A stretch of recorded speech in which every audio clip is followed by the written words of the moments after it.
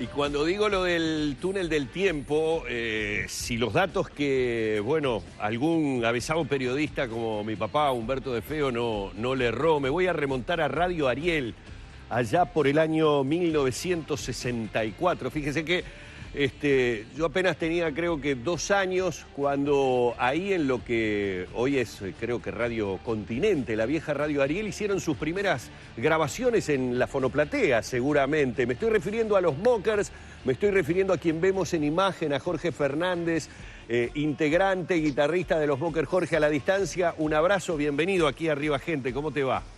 Muchas gracias por invitarme a Arriba Gente. No sé, estoy hablando con Humberto, Danilo. Con Humberto, con Danilo acá que lo tengo a mi izquierda, que ya te está saludando. ¿Qué tal, Jorge? ¿Cómo andás? Buen día. Un abrazo a todos los uruguayos ahí que están escuchándolos y viéndolos. Un gusto, un placer que me hayan invitado. Más o menos el recuerdo de Radio Ariel es por allá por el 64, las primeras grabaciones de las que podemos hablar de los Mockers. Sí, bueno, hay mucha historia para hablar de los Mockers y me resumo a lo que me vas preguntando. En Radio Ariel hicimos las primeras grabaciones. Me acuerdo de un tema que se llamaba Time is on My Side. Era un tema de los Rolling que, bueno, surgió a través de una elección hecha por nosotros para encaminarnos en un estilo. No sé por qué, pero ese tema nos llegó muy fuerte y bueno, fue junto a otras grabaciones que hicimos en Radio Ariel, que todavía creo que tengo los acetatos por ahí. Sí, tengo recuerdos y los guardo con cariño. Aquellos acetatos que se hacían, Jorge, digámosle un poco a las nuevas generaciones, unos discos que tenían una chapa de metal por debajo del vinilo y que se hacían en el mismo momento que estaba realizando la grabación en una gran máquina que tenían allí en Radio Ariel, que después pasó a formar parte de un museo, te cuento. Exacto. Sí, era muy claro, muy bizarro, digamos. Hoy en día hablas con la gente y le explicas y muchos prestan atención porque quieren saber, indudablemente, que está bueno. Aparte era todo sonido analógico, claro. Eso estaba bueno. Bueno, ahora se está volviendo a eso, ¿no? De a poquito se está volviendo y volviendo al vinilo. Te cuento que mientras estamos hablando, y le cuento a la gente, estamos viendo grabaciones que yo supongo deben ser de los Mockers en Canal 9, donde ustedes tuvieron una serie de actuaciones, porque digamos que esto formó parte de esta invasión uruguaya que hubo por ahí la década del 60 a la República Argentina. Invadieron junto con los Shakers.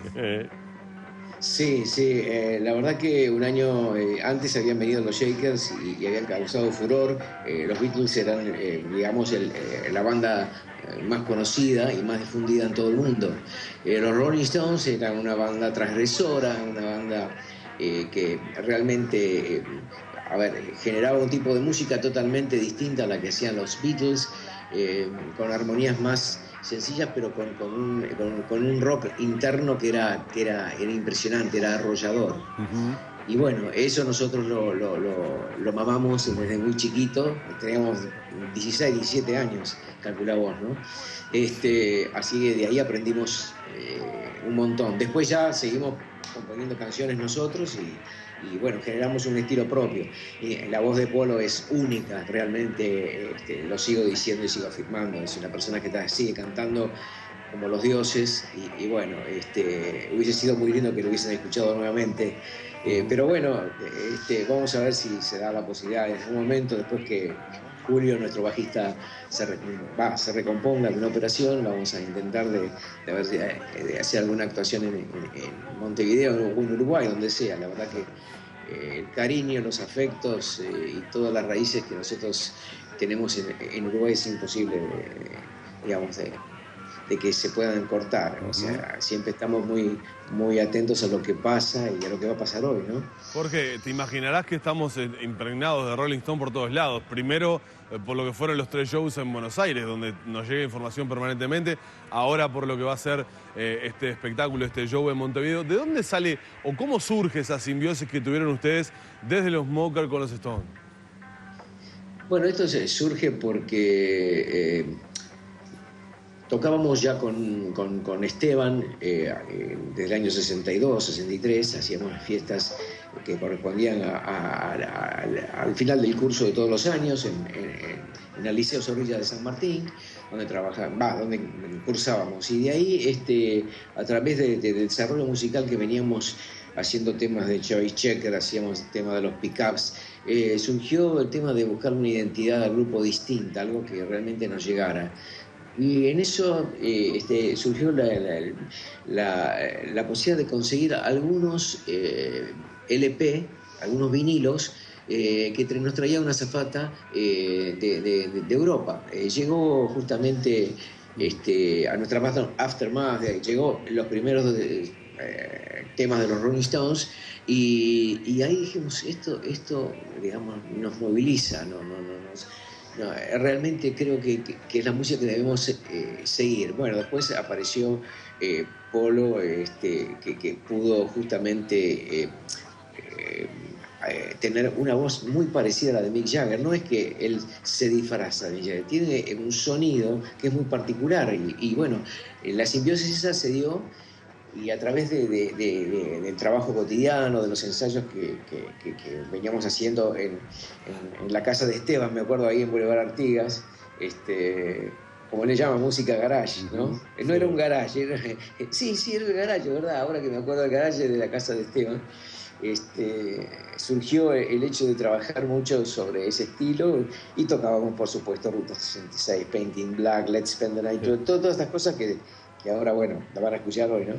Exacto. Jorge, para ir redondeando este contacto, mandándote el abrazo a la distancia, bueno, la significación que tiene la presencia de los Rollins en el Río de la Plata, pero bueno, en este caso, la histórica visita a Montevideo, de la que no sé si ya te enteraste, que Mick Jagger anduvo haciendo de las suyas ayer, que participó de un cumpleaños muy particular, donde Rada estuvo tocando tamboril, es decir, mezclándose, metiéndose, con esa costumbre que ya es habitual en los Rollins, y en particular en Jagger, en las visitas que realizan en las diferentes giras que hacen. Bueno, es un poco lo que a mí me parecía extraordinario que lo hagan ver, y ayer justamente escribí en el Facebook para mis amigos que tratáramos de, los uruguayos, de demostrarles que en Sudamérica el primer país que aceptó la música Rolling fue Uruguay. Y hay que hacérselo conocer, porque es así, nosotros cuando vinimos a Argentina todavía la música de los Rollins era, impenetrable, no entendían lo que hacíamos. Esa es la realidad. Había otro tipo de música, y los uruguayos siempre estuvieron mirando hacia afuera, o sea, fueron mucho más abiertos en la música. Por eso hay unos músicos impresionantes como Rada, Fatoruso, infinidad. Te puedo nombrar tanta gente que te hablo de los de mi época que todavía siguen tocando, y los chicos más jóvenes como los músicos, como los hermanos Ibarburu, que el otro día los fui a ver también. Realmente ha generado Uruguay, por lo chico que es, una cantidad de gente pero muy capaz, talentosísima. Y eso, gracias a que Uruguay fue muy abierto siempre, en poder informarse, en la cultura general que tiene que ver con la disciplina de la música, y mostrarles justamente a los Rolling que hay una música que es el candombe, que es tan propia, ¿no? A mí me hubiese gustado que hubiese entrado Rada con los tamboriles, con 50 tamboriles, con Hugo tocando, en el centenario, tendría que haber sido así. La verdad que sí. Te queremos mandar un abrazo grande, Jorge, agradecerte estos minutos. Yo creo que nos queda, te cuento algo, nos queda algo pendiente en la nota, y se lo digo a la producción de Arriba Gente. Ahora vamos a entrar en una mesa con dos fanáticos y periodistas de los Rolling, pero nos queda escuchar un poquito de los Mockers para ver lo que hacían por aquellas épocas, en esas presentaciones que tuvimos imágenes recién de lo que hacían en las presentaciones de Canal 9, y ojalá tengamos la posibilidad todavía de tener la chance de que se vengan hasta acá, hasta Uruguay, a hacer alguna presentación y mostrarnos lo que han sido tantas décadas de buena música. Bueno, ahí teníamos Jorge Fernández, mirá, ahí tenemos un pedacito de Mockers, y ya los introduzco a Ignacio Martínez y a Guillermo Lopetegui. Guille, Ignacio, muchísimas gracias por la participación. Bueno, lo primero que te tengo que preguntar, por razones de edad, voy a empezar por el más joven. Está bien. Obviamente conocés lo de los Mockers. Obvio. Como periodista lo conocés, sí, pero obviamente no generacionalmente, Polo porque Pereira fíjate tiene... que no me llega a mí generacionalmente Mockers. Claro. Estamos hablando de que su apogeo está cuando yo tenía prácticamente 5 años, 6 años. Sí, yo nací en el 87, Por eso, obviamente. olvídalo. Pero sí, Polo Pereira, cantante, tenía un timbre muy a los Jagger. Es yo, de las copias, entre comillas, lo mejor que ha habido. ¿Sí? Y es uruguayo. ¿Qué me decían de la producción? Me dijeron que tuvimos problemas con el Skype y que se nos fue. Bien.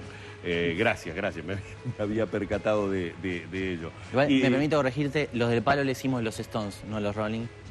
Está bien. Yo reconozco mi desconocimiento va. porque también lo digo, no soy del palo. Hay que decir que Pero ya acá hoy estamos entre antagonistas.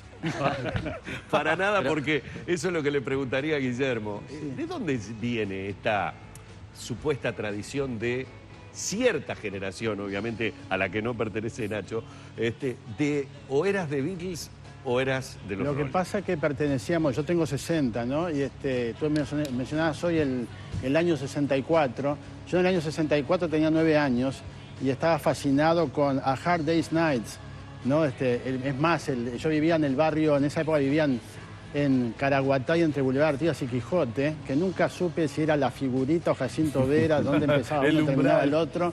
Bueno, y estaba fascinado que era la primera película de los Beatles también, ¿no? Y la banda sonora, dirigida por Richard Lester. Y la vi en el cine Royd, me acuerdo, el estreno, y estaba fascinado con el disco. Después, si bien todo llegaba más tarde acá, no siempre. Allá por el año 65 una amiga me presta el disco y voy por la calle, por ahí yo vivía en Caraguatay, pero el Mariano Moreno, que terminaba o empezaba ahí, vivía alguien que, mayor que yo tenía 10 años y él tendría 17, que iba a ser un músico referencial en el tiempo, ¿no? Después, un músico de vanguardia, que es Daniel Bertolone. Daniel Bertolone en esa época, bueno, como todo, ¿no? Empezó a hacer sus armas en sus primeras bandas, antes de formar luego Opus Alpha y Días de Blues. Y recuerdo que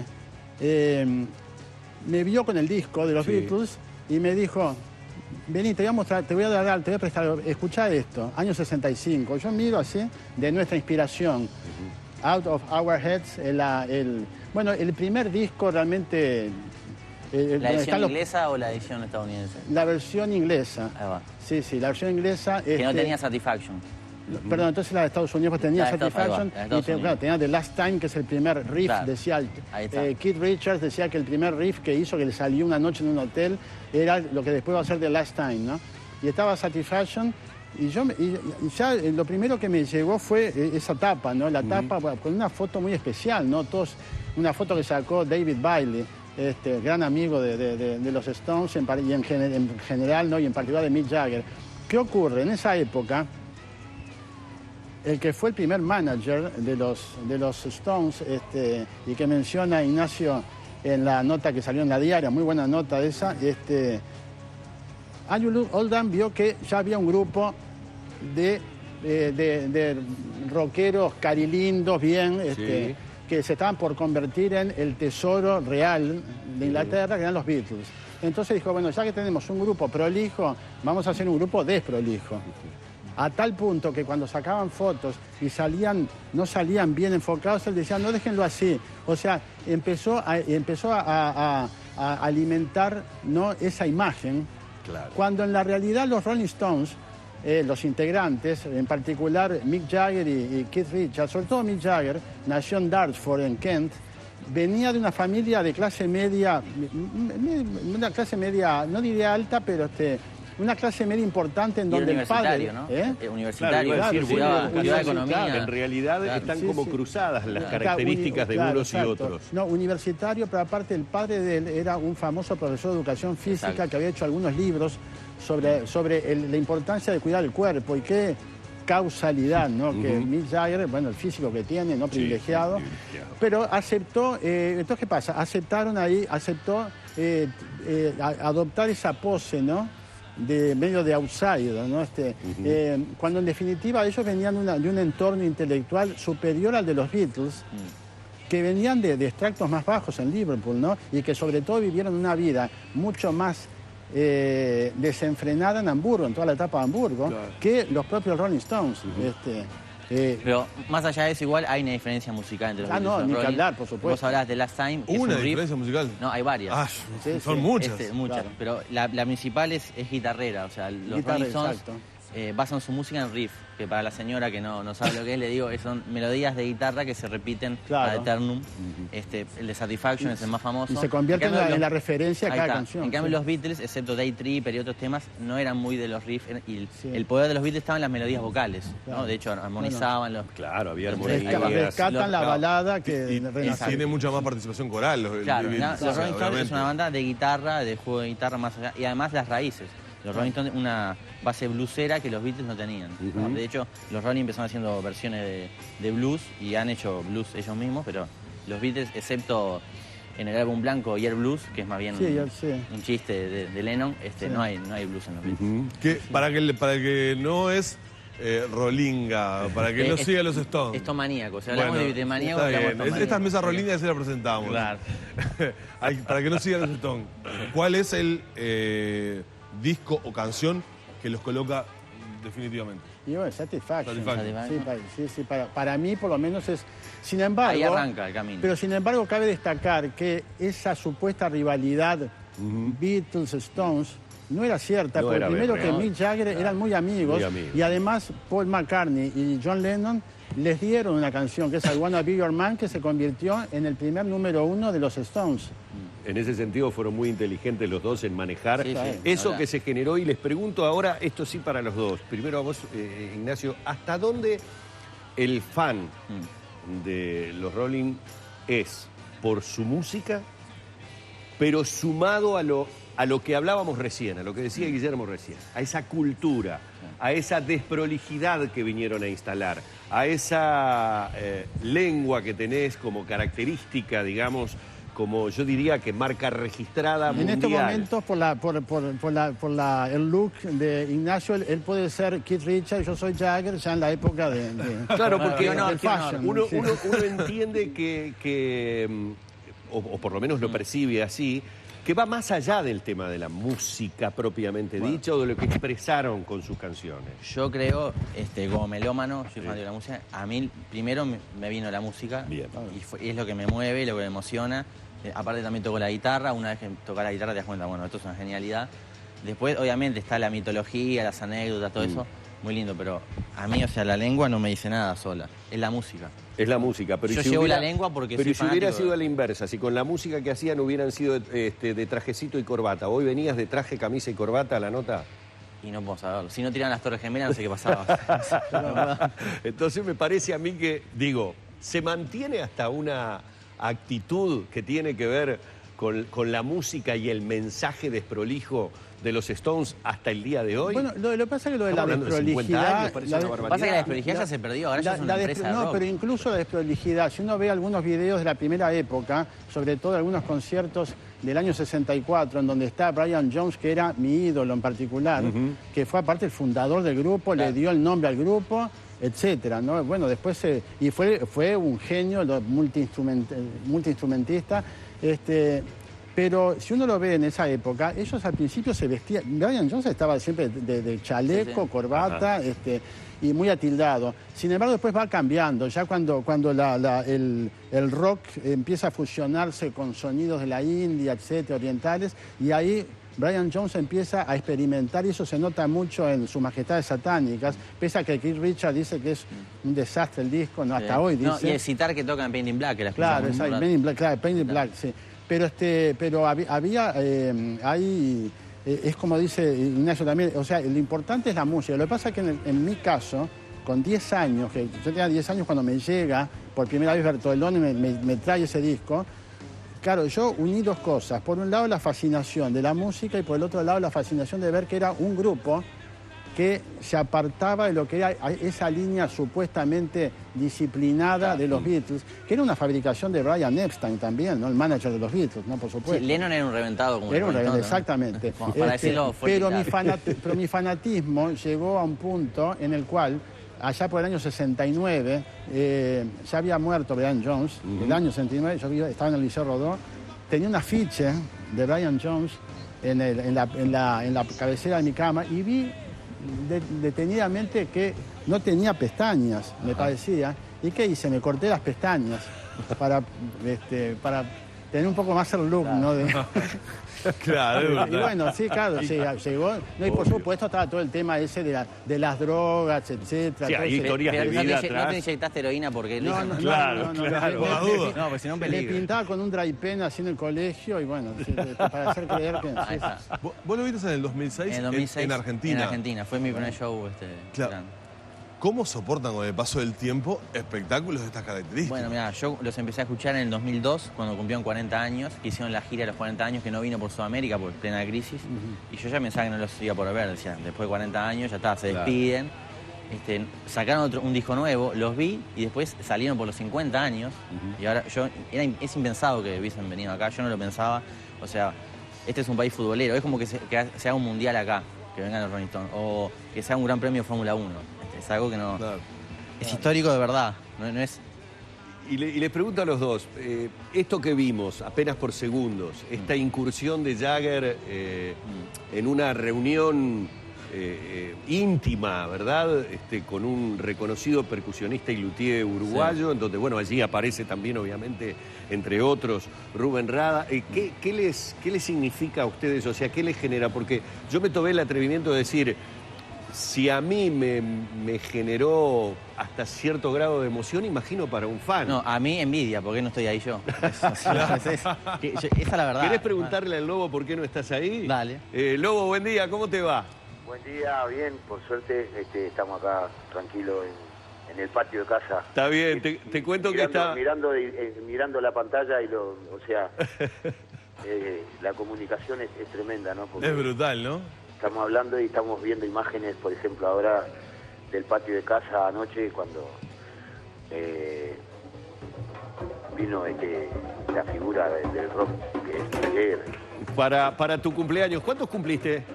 Estoy cumpliendo 60 y el cumpleaños es hoy. El cumpleaños es hoy, o sea que, Es hoy. que lo cumplas feliz, primera cosa. Terminé los 5-9 y arranqué los 60 con la sorpresa de que llegaba Mick Jagger a ver. Más que no vino por mi cumpleaños, sino que vino porque tenía interés del candombe, de los tambores, de la fabricación, del folclore. Se ve que es una persona que aparte de ser el músico y el cantante que es, cuando va a los lugares se interesa por las cosas típicas, tradicionales, y bueno, la inquietud de él fue conocer más sobre el toque de los tambores. Por suerte estaba Rada, estaba Julietita, estaba...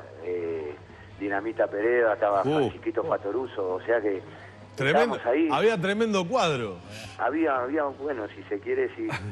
Lobo, pero ¿cómo surge eso? ¿Quién lo lleva a Jagger hasta ahí? Bueno, eso me llamó de tardecita, sí, me llamó Francisquito Fatoruso y Dinamita Pereda, que había un interés del cantante y de algunos músicos de conocer sobre el candombe, sobre los tambores y sobre mi taller. ¿Fue Jagger solo o fue acompañado por más gente de la banda? Y fue uno de el cantante, Bernard creo que es, hola. Sí, te escuchamos. Y Bernard Faul. y después gente de la producción, creo, de los técnicos del sonido, algunos, y el propio Mick Jagger. O sea, lo que importa acá es que el señor vino acá a mi casa y hablamos de candombe, no hablamos ni de rock, ni de nada. Él lo que se interesó fue por la construcción y por los tambores. Eso te iba a decir, te habló también a vos como luthier, a ver... Sí, digo, claro, estuvimos como- en el taller y me preguntó sobre la construcción de los tambores, Bien. de cómo hacía la duela, le quedó fascinado realmente. Mirá vos. Sí, O sea sí. que realmente el interés venía por el conocer un poco más de candombe. ¿Cómo fue el tema con Rada? Es decir, ¿tenían un conocimiento previo o allí se lo Y presentaron? llegó a tocar... No, en realidad yo llamé a Rada porque cuando me enteré que había posibilidad de que viniera, llamé a Rada claro. para que viniera y estuviera acá conmigo y vino Julieta y bueno, fue una cosa más bien íntima, ¿no? Claro, lógico. Es que es lo que además se traduce a través de la imagen. Digo, que es una reunión muy... ¿Cuánto tiempo estuvo allí? Y alrededor de 1 hora más o menos. Bueno, acá Ignacio está ávido en saber si le dieron un Claro, tamboril y y si tocó tocó, en algún ahí va, momento si o se intentó animó. hacerlo. No, muy respetuoso, él solo se limitó a escuchar y a disfrutar y bueno, en algún momento hasta bailó. Sí, Y sí. cantó el tema Satisfaction con ritmo de tambores. Una que se Lo llama cantamos ahí en esas imágenes que está agarrada, que está él y estoy yo, estamos justamente cantando Un Satisfaction candombeado. un cantón. Era más para simpatía por el diablo, ¿no? Bueno, muy Sí, claro, bueno, yo simpatía por el demonio, o sea que después nos dimos cuenta que era ese el tema que había que haber tocado, pero bueno, Son de momentos. de todas maneras fue súper emocionante. Lobo, ¿y vos sos seguidor de los Stones o no eras muy fanático? Yo soy seguidor del rock en general, pero en realidad de los Stones conozco toda su trayectoria porque la edad me lo permite y siempre que hubo un hit o algo de los Stones siempre lo disfruté, pero nunca pensando de que un día iba a estar el propio Mick Jagger acá en mi casa, ¿no? Claro. Y el tema que más me provoca emociones, Give Me Shelter, que ese sí es el tema mío de los Rolling, es ese. Mirá vos. ¿Se llevó algún regalo de tu casa? Eso mismo. Y mirá, lo llevó todo grabado en el teléfono, los tambores, la música. Mirá. Y bueno, eso es lo que yo le podía regalar a mi Jagger. ¿Qué otra cosa le podía regalar sino que un buen toque de tambores? Porque después no creo que le haga falta nada. ¿Y tomó mate? No tomó mate porque tomó agua de la canilla con hielo, tranqui, muy humilde el tipo. Qué ¿Cómo impresionante. cambiaron ¿no? los tiempos? Qué impresionante. Lobo, te queremos agradecer este contacto.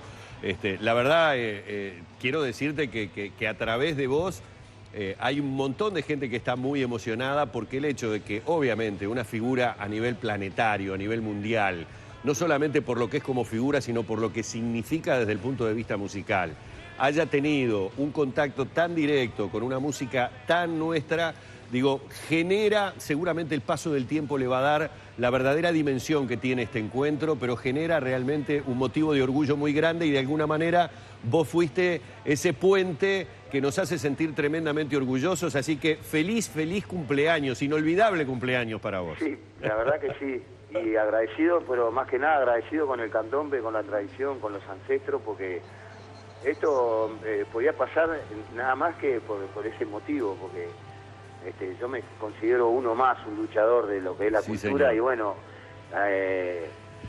un llamado de atención también a las autoridades Sí, y a la señor. gente que debería de apoyarlo más a nuestro folclore y a los artistas nacionales. Cuando hay una personalidad tan grande dentro de la cultura y la música que tiene la diferencia de interesarse, me parece que estando tan cerca acá algunas autoridades que no le dan bola a la música y a los artistas, bueno, es un tirón de oreja para muchos. Sí, señor, y muy bien acotado esto último. Lobo, querido, un abrazo grande, te repito lo de feliz cumpleaños y bueno, ni que hablar, ¿no? Muchas gracias y bueno, que tengan un buen día a ustedes y a toda la audiencia. Muchísimas gracias. Gracias, Lobo, hasta luego. Confieso que no sé si tendría la capacidad, Guillermo Ignacio del Lobo, de, en un momento en el que las pulsaciones a mil, el corazón a mil, recordar algo que me pareció fundamental ahí sobre el final. Vean lo que es el candombe uruguayo que puede generar el interés de un monstruo como Mick Jagger para por lo menos decir, no, quiero ir a interiorizarme. Mirá dónde va a un lugar donde se fabrica un tamboril, a interesarse por el tema. No creo que sea una pose. No sé, capaz que estoy equivocado, Guille. No, pero yo creo que otra cosa importante que por Lobo decía que las autoridades se tenían que ocupar más. Yo creo que en este caso lo importante es que Mick Jagger se ocupó de ir. Exacto. Y las autoridades ahí quedan relegadas, digo, frente a la figura de Mick Jagger, digo, yo me olvido. Es como que baje Dios. Y... Sí, claro, exactamente. La verdad que... Además otra cosa, en alguna medida también, si se quiere, revisando los orígenes blueseros, ¿no?, de los Stones en general y de Mick Jagger en particular, con los discos de la Chess Recording de Chicago, sigue interesado en las manifestaciones negras de la música. Lo hizo con el Rhythm and Blues, con el blues de Chicago, y ellos son así fieles representantes y se mantuvieron, sobre todo Keith Richards. Sí, ya mezclado con gospel, soul. Ni que hablar, gospel, soul, y bueno, Chuck Berry, no la figura consular, no para Keith Richards, y ahora, por ejemplo, esto que a mí me confirma una cosa, más allá de lo que a alguien pueda atraerle o no es indudable que el candombe ejerce una fascinación especial, no solamente entre los uruguayos, sino en el público, en los artistas extranjeros que nos vienen a visitar, ¿no? Les quiero agradecer a Guillermo, Ignacio, obviamente el tiempo siempre nos queda corto. Tirano. Tuvimos lo del medio del Lobo que me pareció que iba bárbaro. Me tiene ¿no? preocupado saber dónde está Keith Richards, que parece que no salió a ningún lado, o sea, solo Mick Jagger sale. Está guardadito, ¿no? Está en el Está hotel, tranquilo, descansando. capaz que anda mal el estómago, no sé, pero... O capaz que no entraron celulares. Sí, ese es el tema. Keith Y no Richards, sabemos. Keith Richards encabezó durante 10 años en una revista, no recuerdo el nombre, una revista inglesa, encabezó la lista del hombre con mayores probabilidades de morirse. Es decir. Y varios de los que la escribieron se murieron ya. Sí, claro. Les agradezco mucho, Ignacio, Guillermo, la Gracias a presencia. ustedes. Nosotros ya nos vamos a la pausa. Todavía nos quedan unos minutitos más para compartir con ustedes.